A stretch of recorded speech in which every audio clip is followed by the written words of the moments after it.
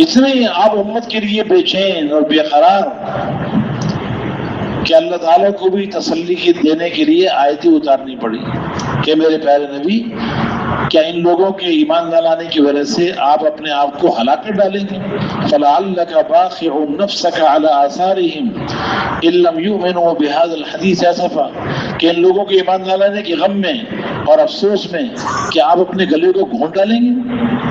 فَلَا تَذْهَبْ نَفْسُكَ عَلَيْهِمْ حَسَرَاتٍ ایسا نہ ہو کہ ان بے ایمانوں پر آہیں بھرتے بھرتے، حسرت کرتے کرتے، افسوس کرتے کرتے ایسا نہ ہو کہ آپ کی جان ہی چلی جائے۔ کتنی آیتیں آپ کی دل کی تسلی کے لیے اتاری گئی، اتنا آپ کے دل کے اندر اپنی امت سے تعلق تھا۔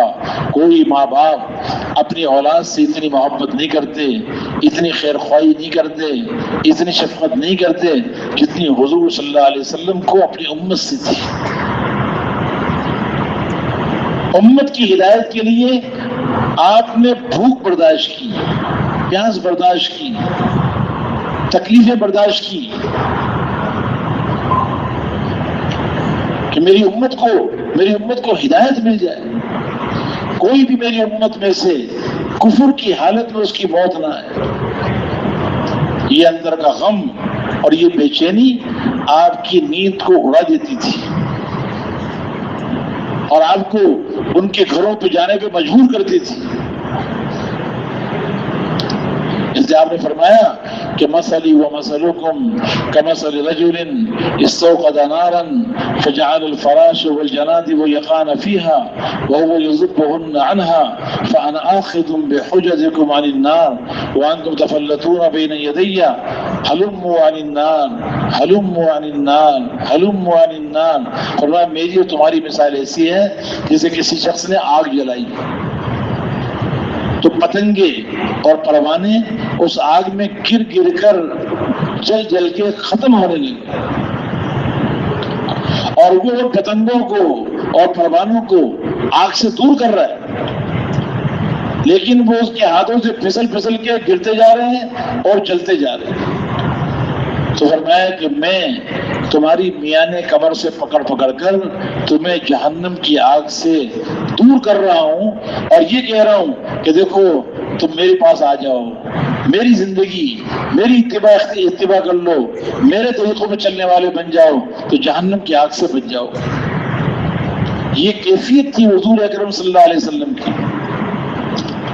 اپنی امت کے لیے آپ بہت بے قرار رہتے تھے، اتنا تعلق تھا آپ کا امت کے ساتھ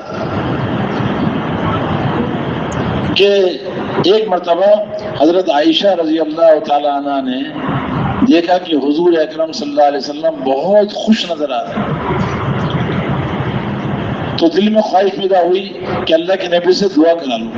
جیسے آج کل بھی جب عورتیں دیکھتی ہیں کہ ہمارا خاوند بہت خوش نظر آ رہا ہے، اس کا موڈ اس وقت بہت اچھا ہے، تو اپنی اپنی فرمائشیں کرتی ہیں، کوئی اچھے کپڑے مانگتی ہے، کوئی اچھی گاڑی مانگتی ہے، مختلف اپنی فرمائشیں کرتی ہیں کہ آج جو کہوں گی میری بات مانی جائے گی۔ تو حضرت عائشہ رضی اللہ تعالی عنہ انہوں نے دیکھا کہ اللہ کے نبی بہت خوش ہیں، انہوں نے بھی فرمائش کی۔ کیا فرمائش کی؟ دنیا کے کپڑوں کی نہیں، یہاں کے مکانات کی نہیں، یہاں کے کھانوں کے لیے نہیں، یہاں کی دنیا کی خواہشات کے لیے نہیں، بلکہ کہا کہ اللہ کے نبی ادعو اللہ لی، اے اللہ کے نبی آپ میرے لیے دعا کریں، آپ میرے لیے دعا کریں۔ اللہ کے نبی کی دعا کو مل جانا یہ تو ساری کائنات اور جو کچھ اس میں ہے اس سب سے کہیں گنا زیادہ بہتر ہے۔ تو حضور صلی اللہ علیہ وسلم نے دعا کی کہ اللہم اغفر لعائشۃ ما تقدم من ذنبها وما تأخر وما اسرت وما اعلنت۔ اے اللہ تو عائشہ کے سارے گناہ معاف فرما، اگلے بھی پچھلے بھی، اعلانیہ کیے، چھپ کر کیے، انہوں نے کیا گناہ کرنے تھے، لیکن آپ نے یہ دعا کر دی، یہ دعا کی۔ تو اس پر حضرت عائشہ رضی اللہ عنہ بہت خوش ہوئی اور خوشی میں لوٹ پوٹ ہونے لگی، اور ان کا چہرہ حضور صلی اللہ علیہ وسلم کی گود میں گرنے لگا۔ تو آپ نے فرمایا کہ عائشہ میں نے جو تمہارے لیے دعا کی ہے، اس دعا کی وجہ سے تم بہت خوش ہو رہی ہو؟ کہا کہ ہاں، دو جہاں کے سردار نے میرے لیے دعا کر دی تو میں کیوں خوش نہ ہوں؟ تو حضور پاک کے سامنے فرمایا کہ عائشہ، یہ دعا جو میں نے تمہارے لیے آج کی ہے تمہارے مطالبے پر، انہا لدعوتی لامتی فی کل صلاۃ، یہ دعا میں اپنی پوری امت کے لیے ہر نماز میں کرتا ہوں۔ حضرت عائشہ رضی اللہ تعالی عنہا جو آپ کی سب سے لاڈلی بیوی ہیں، انہوں نے زندگی میں مطالبہ کیا، اپنی مغفرت کے لیے دعا کرائی، تو ان کے تو مطالبے کرنے کے بعد دعا مانگی ہے، اور اپنی امت کے لیے بغیر طلب کے، بغیر امت کے مانگے آپ روزانہ ہر نماز میں اپنی امت کے لیے دعا کرتے تھے۔ اور کیا دعا تھی؟ اللہم اغفر لامتی ما تقدم من ذنبها وما تاخر وما اسرت وما اعلنت، اے اللہ میری امت کے سارے گناہ معاف فرما، اگلے گناہ، پچھلے گناہ جو اعلانیہ کیے ہوں، چھپ کر کیے ہوں، اللہ سارے گناہ معاف فرما۔ اگر نماز سے مراد صرف فرض نماز لی جائے تو 5 مرتبہ روزانہ 5 فرض نمازوں کے بعد تو آپ دعا کرتے تھے، اور اگر نماز سے مراد عام لیا جائے کہ فرض ہو یا نفل ہو تو پتہ نہیں کتنے نفلیں آپ پڑھتے تھے اور کتنی مرتبہ امت کے لیے دعا مانگتے ہوں گے، ہم اس کا اندازہ نہیں لگا سکتے۔ جو نبی ہمیں دن کے اندر 5 مرتبہ سے بھی زیادہ پتہ نہیں کتنی مرتبہ مغفرت کی دعا کرتا ہے، آج ہم نے اسی نبی کی سنتوں کو اپنے ہاتھوں سے ذبح کیا، ہم اپنے نبی کو بھول گئے۔ اتنا تعلق تھا حضور صلی اللہ علیہ وسلم کا اپنی امت کے ساتھ کہ ساری زندگی امت کے لیے دعائیں مانگتے رہے، اور پھر زندگی کے اندر ایک ایسا موقع آیا کہ جس میں اللہ تعالیٰ بہت اپنے بندوں پہ مہربان ہوتے ہیں۔ آپ نے زندگی میں ایک ہی مرتبہ حج کیا، وہی آپ کا پہلا حج ہے اور وہی آپ کا آخری حج ہے، حجۃ الوداع ہے۔ آپ نے جو یہ حج کیا، اس حج میں حج کا جو رکن اعظم ہے وہ وقوف عرفہ ہے۔ جب وقوف عرفات میں آپ پہنچے ہیں، وقوف عرفات میں اللہ تعالیٰ اپنے بندوں پر بہت مہربان ہوتے ہیں، اور یہ اعلان ہوتا ہے کہ آج میرے بندوں کی کہ میں سارے گناہ معاف کروں گا، چاہے ریت کے ذرات کے برابر، مٹی کے ذرات کے برابر، پانی کے قطروں کے برابر، سارے گناہ اللہ معاف کرتے ہیں۔ تو اس جگہ پہنچے ہیں آپ عرفات میں، تو اپنی اونٹنی پہ سوار ہیں۔ آپ نے پہلے عرفات پہنچ کر غسل کیا، اور آپ نے زوال کے بعد ظہر کی نماز ادا کی اول وقت میں، اور پھر عصر کی نماز اس کے ساتھ پڑھی۔ ظہر اور عصر کو جمع کیا جاتا ہے اول وقت میں، تو دونوں نمازیں آپ نے پڑھائی اول وقت میں۔ اس کے بعد آپ اپنی اونٹنی پہ سوار ہوئے اور جبل رحمت کے پاس آپ نے وقوف کیا، اور آپ نے دعا مانگنی شروع کی۔ یہ بتایا جاتا ہے کہ اپریل کا مہینہ، سخت گرمی کا مہینہ، سخت گرمی، اور مکے کی گرمی تو مشہور ہے، اور غروب تک یہیں رہنا ہے۔ غروب ہونے کے بعد یہاں سے نکلنا ہے، مزدلفہ جانا ہے، اور عشاء کے وقت میں مغرب پڑھنی ہے۔ تو تقریباً 5 گھنٹے کے قریب کا یہ وقت ہے، اور اس میں ایک ہی دعا اللہ کے نبی سے ملتی ہے۔ کیا دعا مانگتے رہے؟ اللہم اغفر لامتی، اللہم اغفر لامتی، اللہم اغفر لامتی، اے اللہ میری امت کی مغفرت فرما، اے اللہ میری امت کی مغفرت فرما، اے اللہ میری امت کی مغفرت فرما۔ آپ اندازہ لگائیں 5 گھنٹے اپنی امت کے لیے دعا مانگنا، یہ کوئی آسان بات ہے؟ آج کوئی ماں باپ ہیں جو اپنے بچوں کے لیے 5 گھنٹے دعا مانگیں؟ کوئی شوہر اپنے بیوی کے لیے اتنی دعا مانگتا ہے؟ اس سے پتہ لگا کہ حضور صلی اللہ علیہ وسلم کا تعلق اپنی امت سے ماں باپ سے بھی زیادہ تھا۔ 5 گھنٹے کے قریب امت کے لیے مغفرت کی دعا مانگ رہے ہیں کہ اللہ میری امت کو معاف فرما، اے اللہ میری امت کی مغفرت فرما، اتنی سخت گرمی کے اندر۔ اللہ تعالیٰ نے فرمایا اچھا غفرت لامتک ما خلا المظالم، جب میں نے تمہاری ساری امت کو معاف کر دیا، لیکن ظالموں کی معافی میرے پاس نہیں ہے۔ ظالم کو جب تک مظلوم معاف نہیں کرے گا اس وقت میں ہی معاف نہیں کروں گا، کیونکہ حقوق العباد میں سے ہے۔ اب آپ کو پریشانی لگ گئی کہ میری امت کے ظالم مظلوم تو جنت میں جائیں گے اور ظالم جہنم میں جائیں گے۔ آپ مغرب کے وقت مغرب غروب ہونے کے بعد آپ مزدلفہ روانہ ہو گئے اور مزدلفہ پہنچے، اور اب آپ نے اپنی امت کے ظالموں کے لیے دعا مانگنے شروع کر دی، اور آپ نے دعا مانگنے شروع کیے اور حل پیش کیا کہ اے اللہ بے شک اس میں کوئی شک نہیں کہ ظالم کی معافی تیرے پاس نہیں ہے، ظالم کی معافی مظلوم کے پاس ہے، جب مظلوم معاف کرے گا تو تو بھی معاف کر دے گا، کہ کوئی حقوق العباد میں سے ہے، لیکن اللہ تو اس پہ قادر ہے کہ تو مظلوم کو اس کے اپنے حصے کی جنت دے دے اور ظالم کی طرف سے مزید دے دے، تاکہ مظلوم ظالم سے راضی ہو جائے گا اور وہ ظالم کو معاف کر دے گا، مغفرت مظلوم کی بھی ہو جائے گی، ظالم کی بھی ہو جائے گی۔ یہ حل پیش کرنا شروع کیا اور دعا مانگنی شروع کی، تاکہ آپ جیسے اپنی امت کے مظلومین کے لیے رحمت بنے، ایسے اپنی امت کے ظالموں کے لیے بھی آپ رحمت بن جائیں۔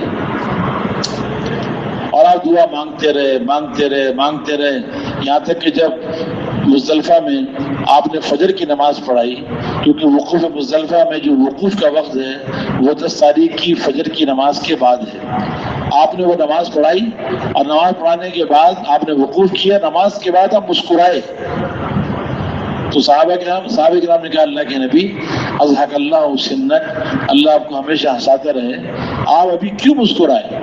تو آپ نے فرمایا میں نے اپنی امت کی جب ظالموں کے لیے دعا مانگنا شروع کی اور اللہ تعالیٰ نے میری امت کے ظالموں کو بھی معاف کر دیا، تو شیطان ابلیس لعین جب اس نے یہ دیکھا کہ مظلومین کی مغفرت بھی ہو گئی، ظالمین کی بھی ہو گئی، تو وہ ہلاکت اور ویل اور ثبور پکارنے لگا کہ ہائے میری بربادی، ہائے میری ہلاکت، میری جو ساری زندگی کی محنت ضائع ہو گئی۔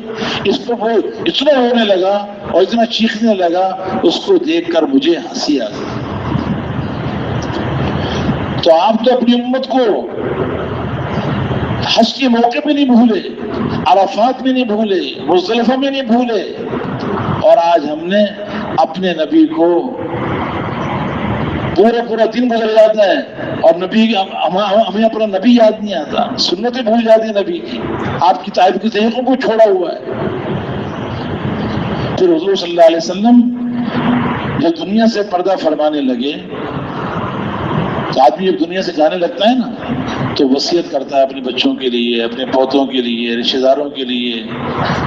آپ کا جب انتقال ہونے لگا، آپ دنیا سے پردہ فرمانے لگے، تو آپ نے نہ اپنی بیویوں کے لیے کوئی دعا مانگی، نہ ان کے لیے کوئی وصیت کی، نہ اپنے بچوں کے لیے، نہ نواسوں کے لیے، نہ رشتہ داروں کے لیے، بلکہ جب آپ کا انتقال ہونے لگا تو آپ کی زبان پر یہ لفظ تھا الصلاۃ الصلاۃ الصلاۃ وما ملکت ایمانکم، اے میری امت نماز کا اہتمام کرنا، نماز کا اہتمام کرنا، نماز کا اہتمام کرنا، اور اپنے ماتحتوں کا خیال رکھنا۔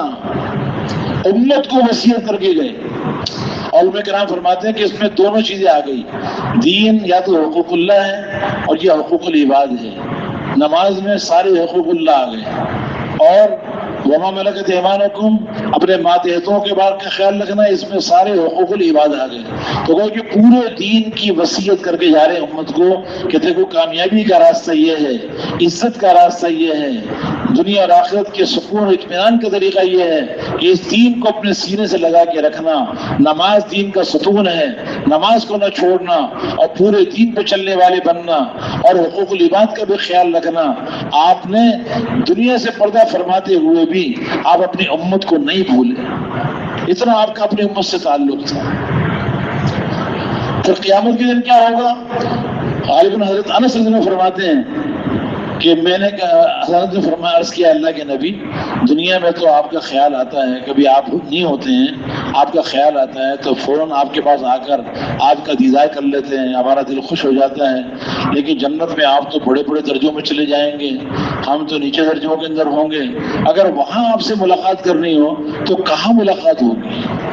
تو آپ نے فرمایا اما عند الجسر، مجھ سے ملاقات کرنی ہو تو یا تو پل صراط پر آ جانا، وَإِمَّا عِنْدَ الْمِيزَانِ، یا جہاں ترازو اعمال کا وزن کیا جا رہا ہو وہاں ملاقات ہو جائے گی، وَإِمَّا عِنْدَ الْحَوْضِ، یا حوض کوثر پہ آ جانا۔ اب حضور صلی اللہ علیہ وسلم پل صراط پہ کیوں کھڑے ہوں گے؟ اپنی باری کے انتظار کرنے کے لیے کھڑے نہیں ہوں گے کہ پل صراط پہ گزرنے کی باری کا انتظار کرنا، نہیں، آپ تو پل صراط پر سے بجلی کی کڑک سے بھی زیادہ تیزی کے ساتھ گزر جائیں گے۔ آپ اس لیے کھڑے ہوں گے کہ میرا کوئی امتی اپنے اعمال کی کمی کی وجہ سے پل صراط سے کٹ کر جہنم میں نہ گر جائے۔ ترازو اعمال جہاں اعمال کا وزن ہو رہا ہوگا وہاں آپ کیوں کھڑے ہوں گے؟ اپنے اعمال کا وزن کرانے کے لیے نہیں، اس لیے کہ اعمال کا وزن ان لوگوں کا ہوگا جن کے پاس نیکیاں بھی ہیں، گناہ بھی ہیں۔ حضور صلی اللہ علیہ وسلم کی زندگی تو ساری نیکیاں ہی نیکیاں ہیں، تو گناہ تو ہے ہی نہیں، اس لیے آپ کا اعمال کا وزن ہوگا ہی نہیں۔ آپ وہاں کیوں کھڑے ہوں گے؟ آپ اس لیے کھڑے ہوں گے کہ میرے کسی امت کی برائیوں کا پلڑا نیکی کے پلڑے پہ بھاری نہ ہو جائے۔ تو آپ حوض کوثر پہ کیوں کھڑے ہوں گے؟ اس لیے نہیں کھڑے ہوں گے کہ آپ وہاں حوض کوثر کا پانی پینے کی باری کا انتظار کر لیں گے، بلکہ آپ کو تو اللہ نے حوض کوثر خاص طور پہ دی ہے۔ انا اعطیناک الکوثر، اے محمد صلی اللہ علیہ وسلم، ہم نے یہ حوض کوثر تو آپ کو دی ہے، آپ کو اس کا مالک بنایا ہے، آپ تو اس کے مالک ہیں۔ تو آپ اس کی پینے کے لیے نہیں کھڑے ہوں گے، بلکہ اس لیے کھڑے ہوں گے کہ اپنے ہاتھوں سے اپنی امتیوں کو حوض کوثر کے جام پلائیں۔ تو آپ تو اپنی امت کو نہ پل صراط پر بھولیں گے، نہ جو ہے اپنی امت کو میزان پہ بھولیں گے، نہ حوض کوثر پہ بھولیں گے۔ اور آج ہم دنیا میں امت کو بھول گئے، اپنے نبی کو بھول گئے۔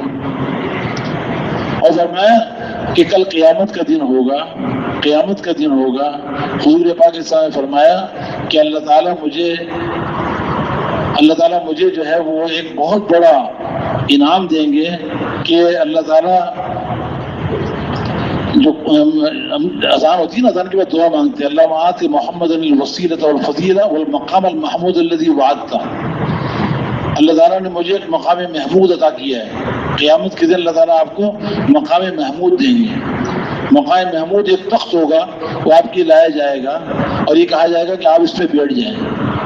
تو آپ یہ فرماتے ہیں کہ میں اس پر اس لیے نہیں بیٹھوں گا کہ کہیں ایسا نہ ہو کہ میں مقام محمود پر بیٹھوں اور یہ مجھے اڑا کے جنت الفردوس میں لے جائے اور میری امت پیچھے رہ جائے، اس میں بیٹھوں گا نہیں۔ لیکن یہ اللہ کی بہت بڑی ایک نعمت ہے، اس کو چھوڑ بھی نہیں سکتا، تو میں اس پہ اپنا ہاتھ رکھ دوں گا کہ اللہ مجھے تیری طرف سے یہ ہدیہ قبول ہے، لیکن میں اس وقت تک جنت میں نہیں جاؤں گا جب تک کہ اپنی امت کو جنت میں نہ لے جاؤں۔ حشر کا میدان قائم ہوگا اور سارے نبی نفسی نفسی کر رہے ہوں گے، آدم علیہ السلام، یوسف علیہ السلام، موسیٰ علیہ السلام، عیسیٰ علیہ السلام، سارے نبی کہہ رہے ہوں گے نفسی نفسی نفسی نفسی۔ اور ہمارے اور آپ کے پیارے نبی، دو جہاں کے سردار، امام الانبیاء، امام النبیین، نبی النبیین، آمنہ کے لال حضرت محمد مصطفیٰ صلی اللہ تعالیٰ علیہ وسلم، آپ کیا کہہ رہے ہوں گے؟ امتی امتی امتی امتی امتی امتی، اے اللہ میری امت کی مغفرت فرما، اے اللہ میری امت کی مغفرت فرما۔ میرے محترم دوست بزرگوں، ہمارے نبی نہ ہمیں دنیا میں بھولیں، نہ حج کے موقع پہ بھولیں، نہ دنیا سے پردہ فرماتے وقت بھولیں، نہ ہمیں ترازو اعمال کے وقت بھولیں گے، نہ پل صراط پہ بھولیں گے، نہ حوض کوثر پہ بھولیں گے، اور نہ مقام محمود کے موقع بھولیں گے۔ ہم ایسے نالائق ہیں کہ ہم اپنے نبی کو دنیا میں بھول گئے، ان کے احسانات کو بھول گئے کہ انہوں نے کتنی ہمارے لیے قربانیاں دی ہیں، کتنی ہمارے لیے جان لگائی ہے، مال لگایا ہے، اپنی صلاحیت لگائی ہے کہ امت میں اور پورا دین امت تک پہنچایا ہے۔ ایمانیات، عبادات، اخلاق اور معاملات، اس کی درستگی، معاشرت کی درستگی، کہ پورا دین امت تک آپ نے پہنچایا اور پورے دین کی وضاحت امت کے سامنے کی، اپنی عملی زندگی سے امت کو پورا دین سکھایا، آپ کے صحابہ کرام کے ذریعے پورا دین امت تک پہنچایا گیا۔ اور میرے محترم دوست بزرگوں، حضور اکرم صلی اللہ علیہ وسلم نے پہلے دن سے اپنی امت کو اپنا کام بھی منتقل کیا کہ دیکھو جیسے مجھے اللہ تعالیٰ نے سارے عالم کے انسانوں کی ہدایت کا کام دے کے بھیجا ہے، میں تو اللہ کا نبی ہوں، لیکن تو امتی ہونے کی حیثیت سے تمہیں بھی اللہ نے وہی کام دیا ہے۔ اس لیے صحابہ کرام رضوان اللہ تعالیٰ علیہ مجمعین بڑے عقل مند تھے، بہت سمجھدار تھے، بہت خوش قسمت انسان تھے۔ انہوں نے حضور صلی اللہ علیہ وسلم کے غم کو اپنا غم بنایا، آپ کی زندگی کو اپنی زندگی میں لیا، آپ کے نقش قدم پہ چلے، ہر اعتبار سے، ایمانیات میں، عبادات میں، معاملات، لین دین میں، معاشرت میں، رہن سہن میں، اخلاق میں، زندگی کے ہر شعبے میں ایک ایک سنت حضور اکرم صلی اللہ علیہ وسلم کی سنت پر عمل کرنے والے بنے، اور آپ کے غم کو اپنے سینے میں لینے والے بنے، اور آپ کے کام کو لے کر حضور اکرم صلی اللہ علیہ وسلم آپ کے پیغام کو پہنچانے کے لیے پوری دنیا میں گئے، اور ساری دنیا میں جا کر اللہ کا پیغام پہنچایا، اور ساری دنیا میں حضور صلی اللہ علیہ وسلم والی زندگی کو عام کیا۔ یہ صحابہ کرام بڑے عقل مند اور بہت سمجھدار تھے، وہ دنیا کے بندے بن کے نہیں رہے، دنیا کے بیٹے بن کے دنیا میں نہیں رہے، بلکہ وہ آخرت والے بن کے رہے، اور وہ حضور صلی اللہ علیہ وسلم کے نائب بن کے زندگی انہوں نے گزاری، تو اللہ تعالیٰ نے انہیں کتنے بڑے بڑے انعامات دیے ہوں گے، اس کا ہم تصور نہیں کر سکتے۔ دنیا میں بھی اللہ نے ان کو امام بنایا، اور کل قیامت کے دن بھی جہاں سے وہ اٹھیں گے، حشر کا میدان قائم ہوگا، وہاں کے وہ قائد بن کے اٹھائے جائیں، اس لیے کہ اللہ تعالیٰ نے ایمان والوں کی جان اور مال کو جنت کے بدلے خرید لیا۔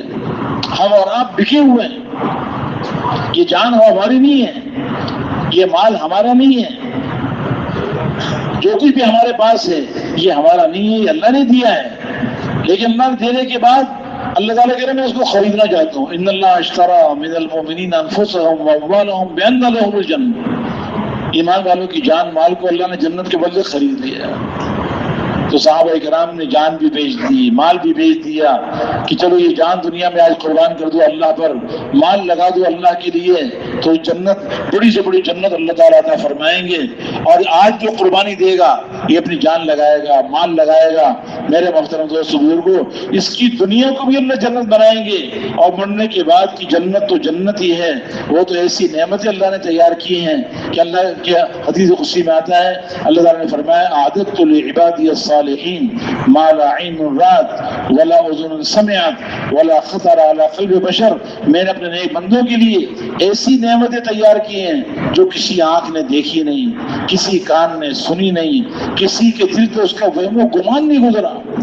آج اللہ کے لیے، اللہ کے دین کے لیے، دین کو دنیا میں عام کرنے کے لیے جو اپنی جان مال کی قربانی دے گا، اپنے گھر بار کی جدائی برداشت کرے گا، یہ کارے مٹی کے گھر قربان کرے گا اور ان کی جدائی برداشت کرے گا، اللہ تعالیٰ اس کو جنت کے اندر ایسے محلات میں داخل کریں گے جن محلات کو اللہ نے سونے چاندی سے بنایا، لبنۃ من ذہب لبنۃ من فضہ، ایسے محلات جن کی ایک اینٹ سونے کی اور ایک اینٹ چاندی کی، ملاتہ المسک، اس کا گارا مشک کا، حسباہ اللؤلؤ، اس کی کنکریاں موتی کی، اور اس کی گھاس زعفران کی، اتنے بہترین محلات یہ اللہ تعالیٰ جنتیوں کو عطا فرمائیں گے۔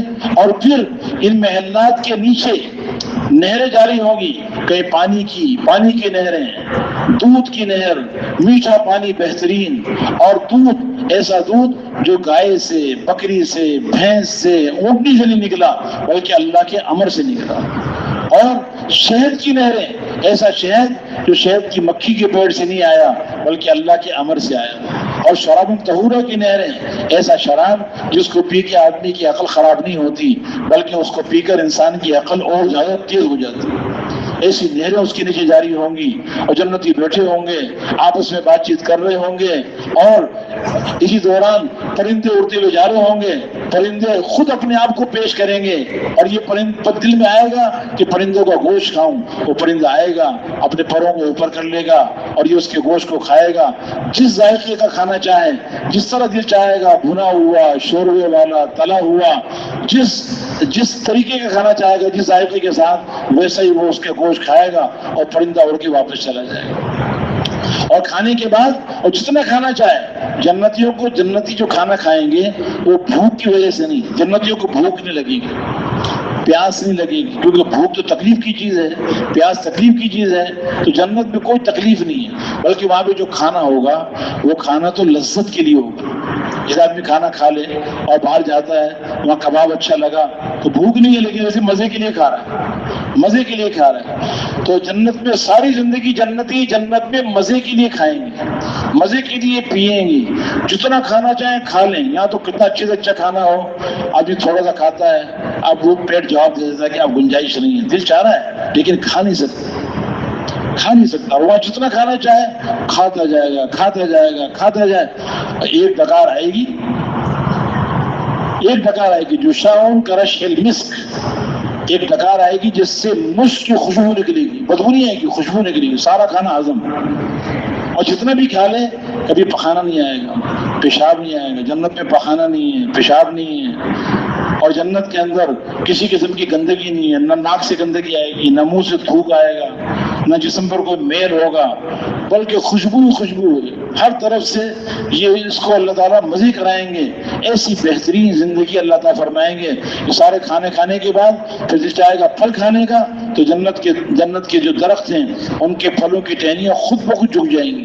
پھل توڑنے کے لیے نہ کسی کو کہنا پڑے گا, نہ درخت پہ چڑھنا پڑے گا, بلکہ وہ ٹہنیاں خود بخود اس کے قریب آ جائیں گی اور ان کو توڑے گا اور اس کو کھائے گا. اور وہ پھل ایسے کہ امثال الخلال والدلا, بڑے بڑے مٹکوں کی طرح, بڑے بڑے ڈول کی طرح.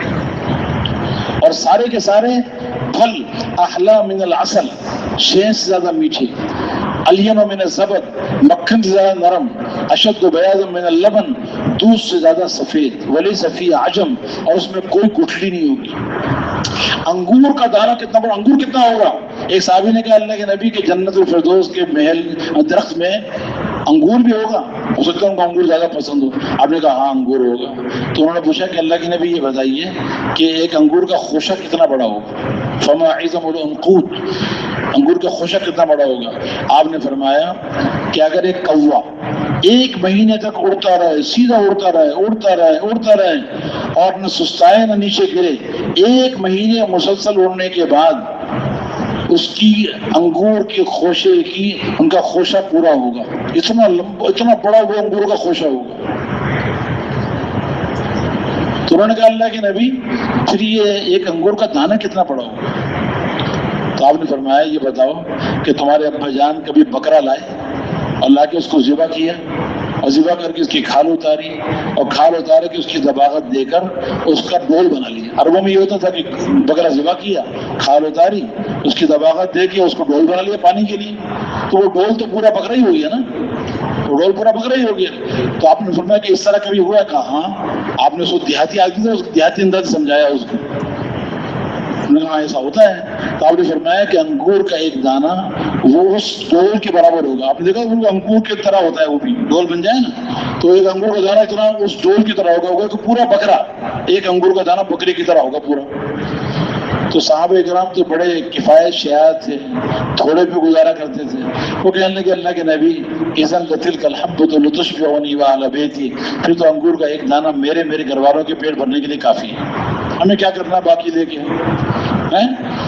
تو آپ نے فرمایا کہ ارے یہ جنت کا انگور ہے, یہ تیرے گھر والوں کے لیے کافی نہیں ہے, یہ تیرے سارے خاندان کے لیے کافی ہو جائے گا.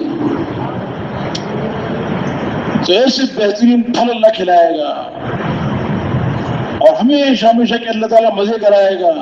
دنیا کے اندر اپنی بیویوں کی جدائی برداشت کی ہے تو اللہ جنت میں حوروں کے ساتھ نکاح کرے گا, حور عین کے ساتھ. کانہن الیاقوت والمرجان, جن کی تعریف اللہ نے قرآن میں کی ہے, گویا کہ یاقوت اور مرجان کے موتیوں میں پروئی ہوئی, جن کی آنکھیں موٹی موٹی آنکھوں والی. حور کہتے ہیں اس کو جس کو دیکھ کر آنکھیں حیرت میں پڑ جائیں. جنتی اس کو چہرے کو دیکھے گا, اس کے چہرے میں اپنا چہرہ شیشے سے زیادہ صاف نظر آئے گا. اللہ کے نبی نے فرمایا کہ اگر وہ انگلی کا پورا ظاہر کر دے نا, یہ انگلی کا پورا یہ ظاہر کر دے تو سورج اس کے سامنے ایسے بے نور ہو جائے جیسے سورج کے نکلنے کے بعد ستارے بے نور ہو جاتے ہیں. اگر وہ آسمانی دنیا پہ جھانک لے تو ساری دنیا خوشبو سے معطر ہو جائے, اور زمین سے مشرق سے لے کے مغرب, شمال سے لے کے جنوب تک یہ سارا کا سارا جگمگا جائے, مزین ہو جائے. اور ساری دنیا کے دہریے, اللہ کا انکار کرنے والے, یہ سارے کے سارے بغیر کسی کی دعوت کے اس حور کو دیکھ کر اللہ پر ایمان لے آئے. اگر وہ 7 سمندروں میں تھوک دے، حالانکہ جنت کے حور میں تھوک نہیں ہے، لیکن اگر بالفرض مال وہ تھوکے تو 7 سمندر اس کی تھوک کے مٹھاس سے میٹھے ہو جائیں۔ زندہ سے بات کرے تو فوراً اس کا کلیجہ پھٹ جائے، وہ برداشت نہ کر سکے، مر جائے، اور اگر مردہ سے بات کرے وہ آنکھیں کھول کے بیٹھ جائے کہ یہ کون سی مخلوق آ گئی۔ تو ایسی خوبصورت حور اللہ نے وہ بنائی ہیں۔ تو اس سے بھی زیادہ بڑی نعمت اللہ سے ملاقات، اللہ سے ملاقات ہوگی، اور اللہ تعالیٰ اپنے ہر بندے سے بات کریں گے بغیر ترجمان کے۔ اللہ تعالیٰ اپنے ہر ما منکم من احد الا سیحاذرہ ربہ محاذرہ لیس بینہ وبینہ ترجمان۔ اللہ کے نبی نے فرمایا کہ تم میں سے ہر ایک سے اللہ تعالیٰ خود بات کرے گا بغیر کسی ترجمان کی۔ اور یہ جنتی یہ سارے کے سارے اللہ رب العزت سے ملاقات کریں گے۔ میرے محترم دوست بزرگوں، یہ سب سے بڑی نعمت ہے، اللہ سے ملاقات اور اللہ کی رضا کا پروانہ ملے گا۔ اللہ تعالیٰ فرمائیں گے اے میرے بندو، کیا میں تمہیں جو نعمتیں تمہیں دی ہیں میں نے، اس سے کوئی افضل چیز تمہیں عطا کروں؟ جنت تو کہیں گے اللہ آپ نے ہمارے چہروں کو خوبصورت بنا دیا، ہمیں جہنم سے بچا لیا، جنت میں داخل کر دیا، اب اس سے بہتر اور کیا ہوگا؟ اللہ تعالیٰ فرمائیں گے وَحِلُّ عَلَيْكُمْ رِضْوَانِي فَلَا أَسْخَطُ عَلَيْكُمْ بَعْدَهُ أَبَدًا۔ آج میں اپنی رضا کا تم سے اعلان کرتا ہوں، اب کبھی ناراض نہیں ہوں۔ میرے محترم دوست بزرگوں، آج موقع ہے اس زندگی کو قیمتی بنانے کا، اس زندگی کو اللہ کے دین پر لگانے کا۔ یہ جان اور یہ مال اور یہ صلاحیتیں یہ اللہ نے اس گارے مٹی پر لگانے کے لیے نہیں دی ہیں، یہ دنیا کے لیٹروں پر اور چیچڑوں پر لگانے کے لیے نہیں ہے، یہ اللہ نے اپنے دین پر لگانے کے لیے دی ہے، دین کی محنت کے تقاضوں پر لگانے کے لیے دی ہے۔ اس لیے عقل مند وہ ہے جو دنیا کے اندر اپنے جان و مال کو اللہ کے دین کو دنیا میں زندہ کرنے پر، اللہ کے کلمے کو بلند کرنے پر لگا دے، دین کے مطابق زندگی بھی گزارے، دین کو سیکھنا بھی، اس پر عمل بھی کرنا، اور اس کو لے کے ساری دنیا میں عام کرنے کی محنت کرنے والا بن جائے۔ صحابہ کرام پوری دنیا میں اللہ کے پیغام کو لے کر گئے، پیدا مکے مدینے میں ہوئے اور حجاز میں ہوئے، اور قبر جا کے ان کی بنی پوری دنیا کے اندر 1,24,000 صحابہ کرام میں سے 13-14,000 حجاز میں ہیں، باقی سارے 1,00,000 سے زیادہ صحابہ کرام ان کی قبر دنیا کے اندر پھیلی ہوئی۔ آج موقع ہے ہم بھی فیصلہ کریں، عزم کریں کہ انشاءاللہ ہم اپنے آپ کو حضور پاک علیہ السلام کا امتی سمجھ کر، آپ کے کام کا ذمہ دار سمجھ کر ہم پوری دنیا میں جائیں گے اللہ کے پیغام کو لے کر۔ ساری جان لگانی ہے، سارا مال لگانا ہے، بقدر ضرورت اپنے کھانے پینے پر، اپنی ضروریات پر بقدر ضرورت، اس میں بھی اللہ کے احکامات کو پورا کرنا، باقی سارا کا سارا اللہ کے دین اور دین کی محنت پہ لگانا ہے۔ یا تو اللہ کا کلمہ دنیا میں بلند ہوگا یا ہماری قبریں دنیا میں بنیں گی۔ تو کون کون نیت کرتا ہے کہ ساری جان، سارا مال اور پوری دنیا میں لگائیں گے، پوری دنیا میں جائیں گے انشاءاللہ، سب جائیں گے انشاءاللہ، پکی نیت ہے نا انشاءاللہ۔ آج تک جو ہم سے اس محنت کے سیکھنے میں، دین کے سیکھنے میں، محنت اور دین کی محنت کے کرنے میں، دین پر چلنے میں، دین کو دنیا میں پھیلانے میں جو ہم سے کوتاہی ہوئی ہے، اور جو کوتاہی ہوئی ہے اس پہ اللہ سے معافی مانگیں، استغفار کریں کہ اللہ تمہیں معاف فرمائے، ہم سے بہت بڑا جرم ہوا، پوری امت کی طرف سے ہم استغفار کریں، اور آپ عزم کریں کہ انشاءاللہ باقی زندگی ہم حضور صلی اللہ علیہ وسلم والے کام کو اپنا کام بنا کے زندگی گزاریں گے۔ سب نیت کرتے ہیں نا انشاءاللہ۔